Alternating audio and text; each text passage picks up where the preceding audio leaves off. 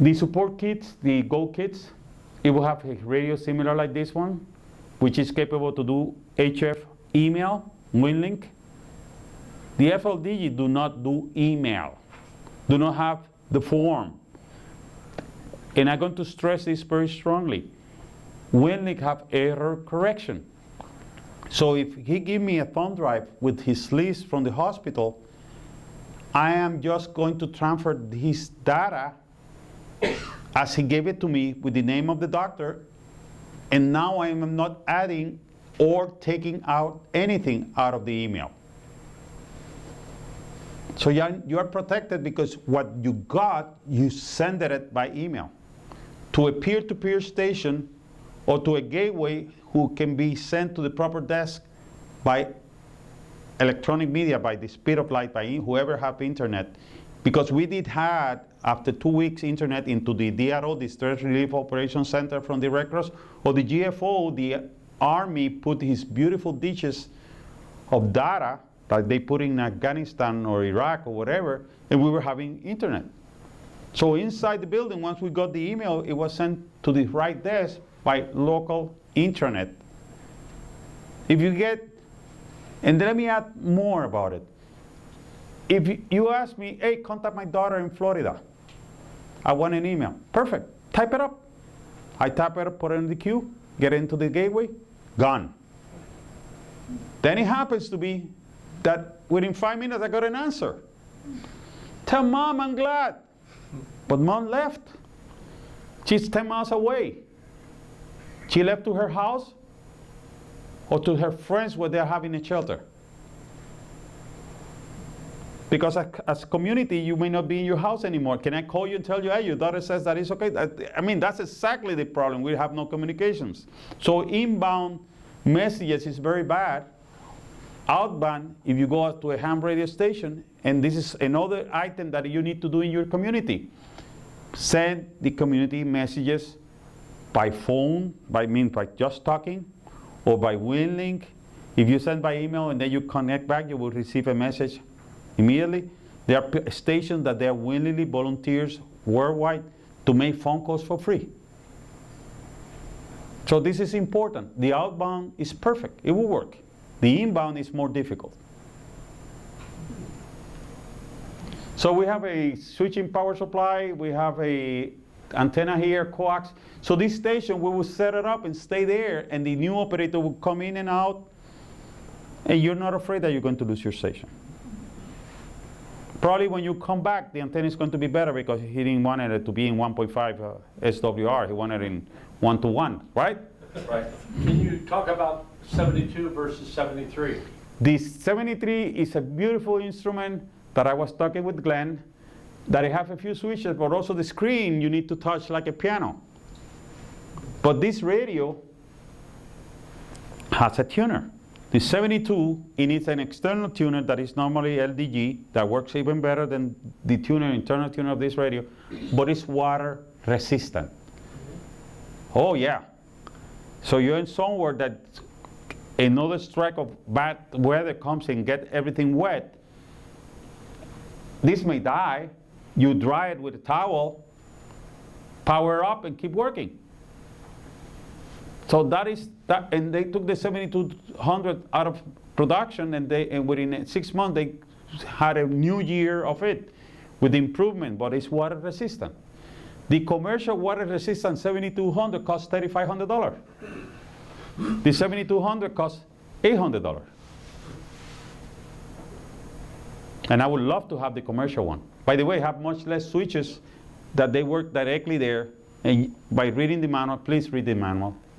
So one of the points he pointed out was the 7200 with the LDG $200, you're up about $1,000. I just happen to buy a 7300, which will not go out in the weather. It'll stay in my shack and it's $1,000. So one way or the other, it's about the same price. But if it's going out, I'd lean for a 7200. And the most important part, you connect a USB on the back. You put the right driver, that there are 2 thumb drives that they are below there. Load the driver, and via the USB you can control the radio completely automatic with the software. Also, it has the sound audio card embedded into the radio, and now you can have all digital modes available. You don't need any signal link or any other box outside. And the audios are set up that from the factory setting with your computer, it will work. And it works from my computer, by the way. Yeah. I have signal link on my VHF, playing with FL Digi, and on my HF. And you can get it to work, but it's frustrating, and it's another piece of wire, and if you pick it up to move it, it's just more things you have to plug together. I just plug in the 12 volts and the USB cable, Yeah. antenna, and I'm on the air. So it simplifies a lot of work. But again, you need to learn the technology. You need to practice. Somebody mentioned that I need to talk about the nuts and bolts into my presentation. Man, that is taking me 6 months in Puerto Rico.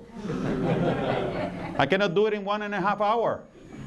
I need to bring here to teach you how to build an antenna. I'm sorry. And I need to teach you to build an antenna. It's an NBIS antenna, NBIS antenna, near vertical incident skywave propagation. That's what it means, NBIS.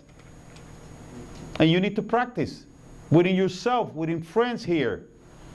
Let's say you have a friend of 50 miles. I hope it's on the other side of some mountain, so you don't listen to him. But when you put an NBIS antenna, you are going to have an S7 to an S9 plus 10 dBs. During the day. During the day and the night. So this is done by military. You remember the old movies that they have the tanks and the jeeps with the whip bended for the desert? Because that's an NBIS antenna. I have one that I'm looking for the donor. I will show you later on. We'll be passing the hat later on. So first emergency station. Is it tax deductible? So we were, when things happen, if something is going to go wrong, it will go wrong. That's Murphy's, right? So the Red Cross, beautiful building made for hurricane proof and earthquake proof. The drainers, they forget to make the overflows. I'm sure if I go to the original plans, they are there. Somewhere from the original plans and to the construction of the buildings, it got lost. So beautiful walls, so you cannot see the ACs and any of the equipment that they have on top of on the roof. Without no overflow, the drainage got clogged by the leaves, by the thousand of leaves. My roof also got clogged. But my overflow is only 4 inches, so it went immediately out. And I was, why are you having so much water? He said, my drainage is clogged. Yeah, it happens in my house also. Anyway, it went 4 feet high into the roof, and I'm sure that roof will have damage because of the weight, but it went through the air conditioner into the whole air conditioning system, and it rained in every floor. So, small and mistakes. So we ended into the Marriott courtyard, which happens to be that the Marriott courtyard have a 12-feet fiberglass antenna of microwave on the Marriott network. Marriott is a big hotel chain, and they coordinate all their reservations worldwide. They use local communication, but they have so this was working, so we had internet. So this is the radio that I was receiving all the assessment of listening, which I was able to open the door about the window about 2 inches, and taking a diamond antenna horizontal, and just able to listen in VHF. Hey, in which frequency? Guess. Guess. 146.52. Exactly. I changed the oil of my generators, the second set, because the first set got rotten in the first 5 weeks. Working, I have let's say 2 kilowatt and 1.5 kilowatt. After 3 weeks, they got rotten. They were all 10 years old. They have served in 2-3 days occasions, running like originally about 18 hours a day. They're going to fail. What percentage of the generators failed on the island, do you think? Personal generators? The small ones, Yeah. 99%. Oh. Because after 5 weeks, everybody need a new generator. Then you buy a good one. And I'm not selling products here, don't take me wrong. I'm going to mention some brands. They are inverter generators, Honda's, Kohler, Yamaha. There are other Japanese brands that they will last 5,000 hours instead of 1,500 hours. Those are the ones that you need. That 1 gallon of gasoline will last 11 hours, like the 2 kilowatt ones. The smaller, the better. My house already had changed into light bulbs of 4 watt, equivalent of 60 watts. They are 40 and 60 watts. So I can have, how many? 4 watts. Yeah, 25 light bulbs. That is 100 watts. And 25 light bulbs in your house on. This is an airport now. So I went home, turned on the power generator, all the lights are on. Then I start to walk to the kitchen, family room, dining room, and start to shut up lights because I want to see when I get there at night. I was waking up at 4 o'clock in the morning. I was out of my house after breakfast about 4:30, and I was coming back at 10 o'clock every night. Question. Do you guys need to do anything with water filtration? Yes. Purification? Yes. In my house, it rains every day. So you know how to do that here. Depends where you are, you have to deal with it. You have to be very careful. We got filters after 4 weeks. The first set of filters. And water was, whatever you got in water into the island, that was gone. So I got water, and this is very important. The Red Cross told me to take care of infrastructure, sanitation, infrastructure, and food. All of us will survive without food for a month.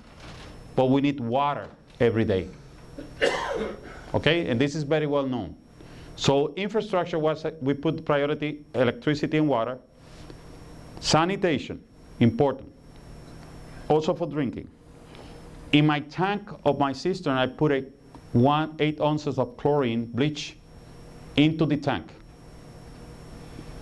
And I went to the network every night at 7 o'clock, talked to the ham radio in 146.52,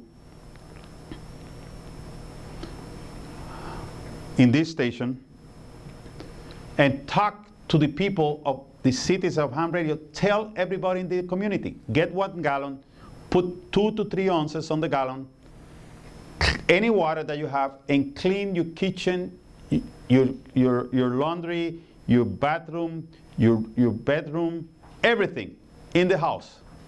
It would smell a little bit of chlorine. Within 20 minutes, it's going to go away. Use gloves. You have to disinfect now the imbalance of the ecology, where you're going to have bacteria, fungus, insects, because septicemia is the illness that killed most of the people on the first 90 days. Septicemia. But also, if you kill the fungus, then you have less breathing problems.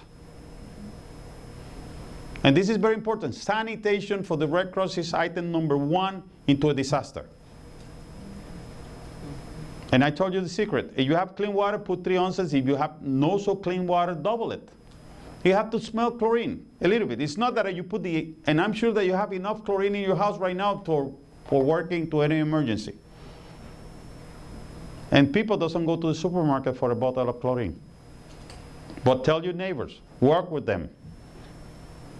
I got 3 infections on my fingers, on my nails. You know how I cure it? And I was taking a bath, just a brush and soap. And it cures. Because the aggressiveness of the bacteria and the viruses are there. So again, it's an unbalanced system. So yes, you get an elderly person into the nails, into the food, get the infection, things are going to go bad. You know that. Could you mention vitamins? Yes, thank you. I was dealing with safety of the Red Cross. The Red Cross also have psychologists, and they have a doctor. So it was requested to us quietly before it disappeared to have vitamin zinc set to increase the immunity. Zinc. Zinc. Z-I-N. Zinc. Okay, zinc. Zinc. Z-I-N-C. And of course, vitamin C. And I haven't got a call from the hurricane. I don't know what that how it helps, but probably will have a second head on my shoulder soon. But so those are things to take care about it. So the food, how I got rid of my fridge that I shut it off. Every morning during the first 2 weeks, I was taking 5 pounds of meat into my neighbor that most needed. They needed it. They didn't have the money. They didn't have generators. They have a gas stove, and say, hey, if I take meat over there, that will take care of the whole 4 or 5 houses. So every morning at 5 o'clock in the morning, I drop a bag of frozen meat. When I empty my fridge, I clean it with chlorine, leave it open for a couple days, clean it with chlorine, and a couple days open, then I close it, and that was it. 120 days after, I turn it on. Could you share how you get the Red Cross to recognize you and to take care of you and your other people and to feed you? Yeah. The badges. Number one, we got a Red Cross badge that is served for many things that I try not to abuse with it, and I always say that thing. I may have here a hat. So I got this badge from the Red Cross. When the gas stations open up, there were lines of 200 cars for 12 hours ahead of me. With this badge, I was able to go and talk to the guard, to the police, armed with an AR-15. Does this allow me to fill up the tank? He said, yes, your next one. Because I'm serving. So this is important. If you are a ham radio operator, become a member of the volunteer of the Red Cross, this will help you to take care of your family. A CERT, also, you know that you have that badge, is supposed to help you as well. I'm not doing nothing illegal. I went to the Home Depot to get some special pipes for things that we were doing. I don't remember. I think we were taking care of a new antenna. And I went to the line. There were about 1,000 people on the line going to the hardware store, of course.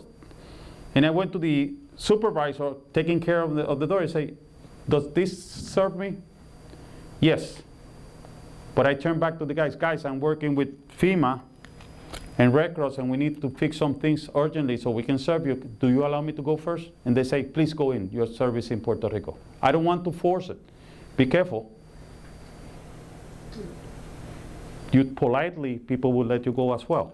From the incident map, we were called by FEMA, and we were invited to be at the EFS2. First meeting of the EFS2 on day number 5, we were there. The only team who has information.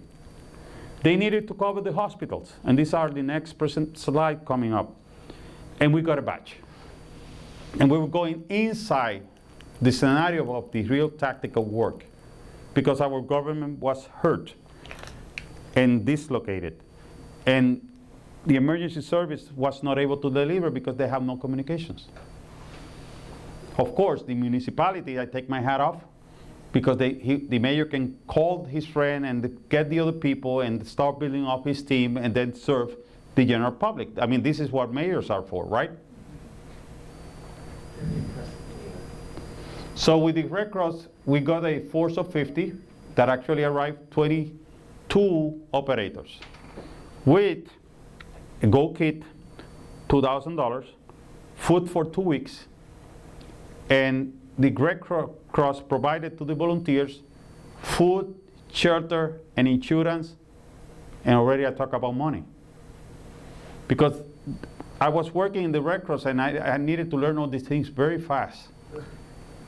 Say, Oscar, you hear every day, from where you get your money? I say, well, from my pocket. I say, you know, the Red Cross is able to give you food. Yeah, I'm getting food. But also bring your receipt from the gas.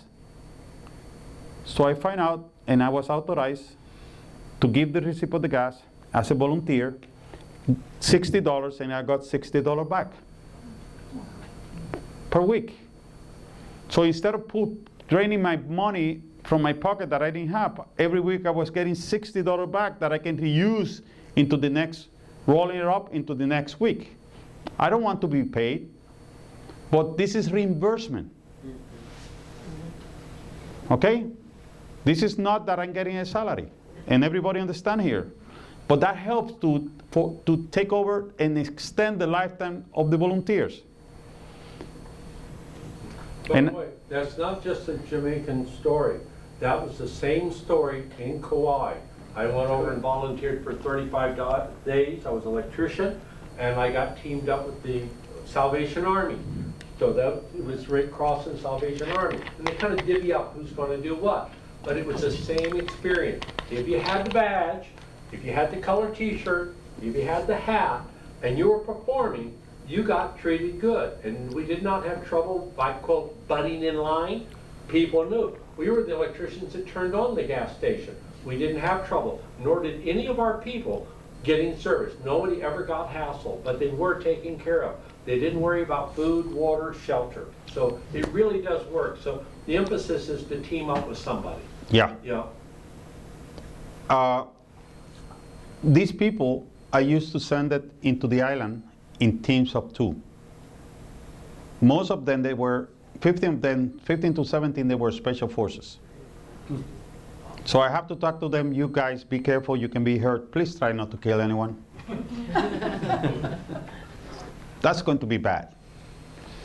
But try not to get in trouble. I'm talking seriously.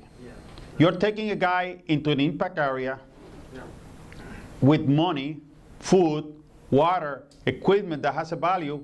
He can become a victim from the impact area. You can become a victim of the impact area. That's the reason that you're in your neighborhood. You can take care of yourself because your neighbors will protect you as well. You are an asset. So from then on, instead of 2, this is the first station at the GFO. Wow. We go coax about 2,000 feet from the EFS2. We mounted the antennas. Do you need power supply? No, we're set. We put 2 Go kits here. And as you can see, the operators are wearing Red Cross identifications. So they can move across the island. So we were getting all kind of traffic. And we created, and from a very small station with barely equipment, we created what they call some Kilo 1 Mike, Kilo 1 Maria. If you didn't got it yet. And I think this is the very first time mentioning it like that. And Whiskey 1 Maria and the Monacello control, which it is a tactical call sign, but every operator who stands on Monacello control, he always identifies himself every 3 minutes with his call sign. So this station became the main station controlling the locals. Don't bring a person out of your town and expecting that he will control the population. If you send a task force anywhere in the world, have someone that have to harvest him, either a priest, church, mayor, fire department, and then he can survive. But don't throw him on the center of the city and expect him to survive. He's nobody unless he's recognized. So this is Kilo 1 Mike with the duties of everybody. There's a regulation by the American Red Cross. This is my Go kit that I never pull out. It was ready to deploy with the signal link and meals and survival kit here, radios and tools on the upper side. So we got headsets. This is a 49 megahertz HF radio for the Red Cross. Here we got 2 radios from the Red Cross dual band because we integrated so well with the Red Cross that they have all this equipment on VHF, UHF, antennas, coax that most needed, and we had about 50 feet. They were giving it to us on any operator's signature. So at the end of the tour, we have to give all the equipment back. So we have to clear the inventory. Fair. It's fair. They're treating, and it's being used for the emergency. So we have computers. Actually, this is my power meter. This is a filter, so we can have 2 bands at the same time, 80 and 40. This is a contest filter. I did never mention that. So we were having 80 and 40 meters simultaneously without destroying one radio to the other one. And I had a 600-watt amplifier ready to roll if it was needed. But happens to be with the WinLink and the communication with the MBS antenna, 40 watt was enough, covering the whole island. And this is important to know. So we have, this is Valerie, this is Joe Bassett, Gary. I didn't know anything about the structure of ICS form, no structure about the EFF2. This guy works in the Pentagon. And I say, you are working in the Pentagon? You understand the structure? He say, I understand everything. You are the team lead here. You will leave in 24/7, one operator at the GFO. He was receiving the message. Within 2 days, he knew every desk of the different gasoline, water, diesel, medicine, extraction of people. Everybody he knew. So he got the email by WinLink, and he knew exactly, and he had a list already in memory on the WinLink to send it to the right station. So when the first message arrived from Humacao, asking for 2 generators and 1,000 gallons of diesel and 2,000 gallons of water for the hospital, he sent it to the tactical table, and they came back.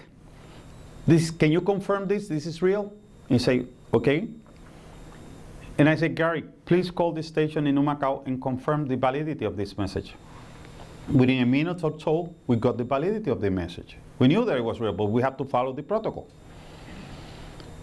The lady left, and she came back. You sure this is real? I said, yes, it's real. In 2 hours, by helicopter, they got the materials there. And they signed for it. The next message, hours later, she came. This is real? Yes, it's real. We already confirmed it. She left. She never came back with all the messages, because we established a trust of validity that we were needed to be that the runner, whatever said and required in the region being affected, that it had to be validated. Hey, tell me the name and the telephone of the officer, of the official person asking for it. Oh, I don't have that. Run, go and pick it up. Come back with it. It's the same item at this, and this is the name and telephone number. So it can be validated correctly. This is important things to happen. So we have Gary, this is Mike Curry from the preparedness manager, the ARRL, this is myself. And Valerie, I asked her, Valerie, you've been sent in Puerto Rico, and I read on the email that you are the PR person taking care of all the news, that we were able to take out news into Puerto Rico. That's fine. You're going to be working with me as a team lead. We're going to go to every meeting, and after every meeting, we're going to discuss what was discussed on the meeting. To share, to understand what are the needs. Because what I can understand is one thing, and what can she understand is another thing. Another thing that we did every night, at 8:30, she started to make the situation report. Do not send the situation report until I read it and Gary read it. So we added it or corrected it. So 3 leaders, 3 team leads, check the situation report, that's as pure as it can get, and then we send it to everybody. And I believe I sent to Joe a folder with all of them that he can read the story, what happened over there on day-to-day basis. It's amazing to see amateur radio doing communications with Air Force planes, helping them with ground communications. All kind. And there are stories there that I forgot. Because every presentation is different. Why? Because you guys, as you come with the question, I would remember something not necessarily the same. So we got this picture when we have Red Cross computer. You see what, and Red Cross radios and handhelds and able to communicate across the whole impact area. The only way by NBIS antennas, NBIS antennas. Near vertical incident skywave propagation antennas. This is developed already from the 1930s, not new. One of the things that I understood very late in the discussions. Check your battery. How I do that? No, on the one like this. Good battery. Go on the other one. Okay, keep going. Yeah, Joe. keep going. You. A very large percentage of the WinLink communication was peer-to-peer. It's full. They were transferring email from station to station within the island, Yes. using peer-to-peer, as opposed to using a server. But they also used a server. We use the server for outbound emails, outbound reunification of the family. That works well. But you cannot help me from the mainland because you cannot bring materials from the mainland. I need it from the FEMA, who was able to bring it and open the warehouse and able to distribute it. Actually, I don't need the materials. I need FEMA to take the materials as soon as possible into the proper place where it's needed. And they have the Navy, the Marines, the Air Force, with all kind of helicopters to deliver the materials. So this became a very important task. So what's going to happen at the end? Do we have to leave here at a particular time? Or Not that I'm aware of. we can continue? Yes, that wasn't an announcement that we had. Okay, go ahead. So this is the now Monacello Control 152 to 14652 with two amplifiers of 300 watts. Why two? One was provided to be on the air, the second one as a spare one. The noise level was so low that we have 3 preamplifiers in line to copy. But we needed those stations to be able to copy us. There are places in the island that we needed a relay. That's the reason that the American radio relay leak exists. Relay the messages. If I cannot hear you, but he can hear you, he will be talking and sending the message that you just sent to me. And you will concur that he sent it correctly. And if we do that in 14652, we were having a message every 5 to 10 minutes. Not a big traffic jam across 3.2 million people. Then we also have over there the police department and Monacello Control keeping the assessment of what was going on. So no interference. Can you imagine that? No music, no cursing. And somebody came and said, hey, Oscar, you're using the national emergency frequency, contact frequency. Why you don't move? He say, I agree. So we all moved to 14659. We had all the frequency band available for us. Nobody was on the air. So we moved to 14659. And then I have to call, hey, Monacello Control, there's an emergency in 14652 that I took care of it. Nobody listened to it. And there's no relay station to listen to these stations. Every good ham radio will follow the gossip, right? It will move to listen where is the action. Hey, guys, we need to go back. I'm sorry, I try, but the taking care of the emergency, because the guys who complain also moved to listen to our communications on the other frequencies. So this is wrong. So we went back to 14652. We're not talking to other states or interfering with other people. That's also good, by the way. Did you mention that not just the ham, but the police? Yes, I mentioned it. Many police are ham radio operators and they have the bow fan. That helps. If not, they went to up the hill. Going up the hill, then you can get longer distance with a couple watts, or the relay station, pass it 1, 2, 3 jumps until you get it up. We have the civil defense as well, or the emergency management office for a little while there, but they were not active, not so many hams in that organization, so it didn't work well.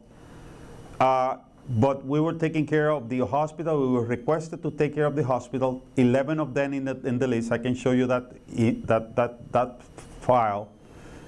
And then when we went out of the EFS2 meeting, I called Valerie, 11 hospitals. We don't have enough people to cover them. Let's reduce it. Say, how? Let's make a phone call to the hospital if they have communications. And we found out that 3 hospitals have communication by copper lines. Everyone who had moved to voice over IP with the Cisco telephone, the switchboard that is cheaper, they have no communication. Whoever had the old line with the 48 volts and batteries and copper lines, they were still having communications. So then the FEMA had to go and make a process to call every hospital and talk to every hospital what kind of communication, certifying that was valid, because if they certify that they're not going to give support, and you don't want to know the following.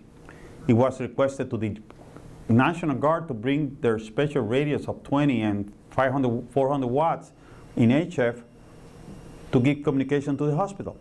So the radios didn't arrive in 3 weeks, neither in 6. 2 generals were fired, one at 3 weeks and another one at 6. I'm not supposed to say those things. I didn't hear it. The paradigm that he operated in, I don't know if you want to get to it, but the force of 50 that came over was supposed to be for health and welfare. Oh yeah. They immediately took the decision to divert them to infrastructure support. And Oscar did not deploy any amateurs to shelters.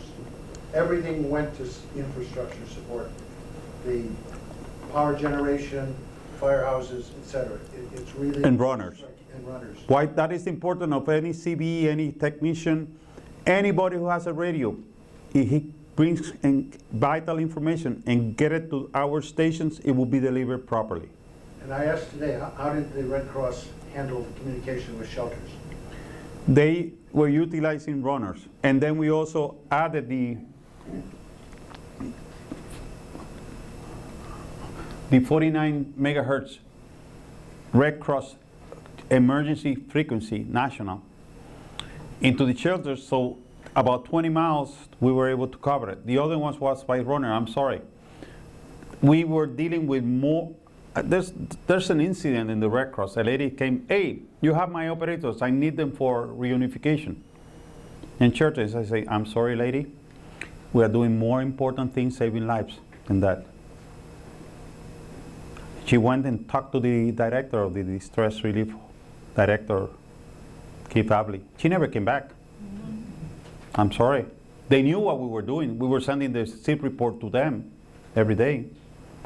And again, by changing the mission from reunification of doing emergency communication, relief communication, most needed, nothing else available to hospitals and municipalities was more important. Sorry, that's the way I think, so maybe I'm wrong.